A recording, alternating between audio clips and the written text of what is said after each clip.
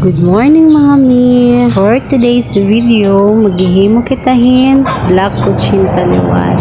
Dati, tapos naman sapin-sapin niya na liwat black kuchinta. So first, unat-unat ani kita warm up kun taloy.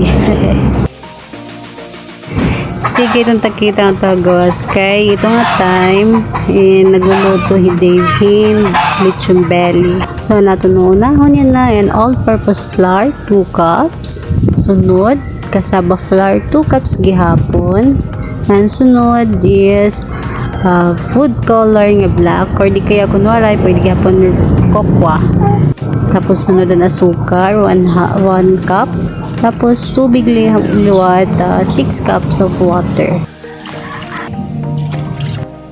Sunod liwat is lye water, 2 teaspoon. Vanilla, 2 tablespoon. I-mix lang natin yung maupay. Disclaimer lang mga mi, itong steamer, hindi rito niya hugaw. Kung ito niya lapses, black kuchintahan siyahan ko nga salang. So, ano itong gamit ng molder is medium size la.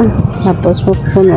Kaurog lang itong taging bubutang dito hira mga puno. Kasi sayang pag napupuno hiya, ay nakakarag manggoda. So, kanugon.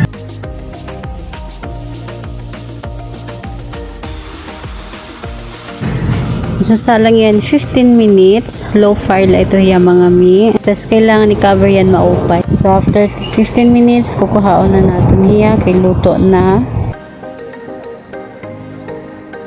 Tapos siya na yan, outcome han atong black kuchinta nga meada yema dip. Coconut flakes liwat.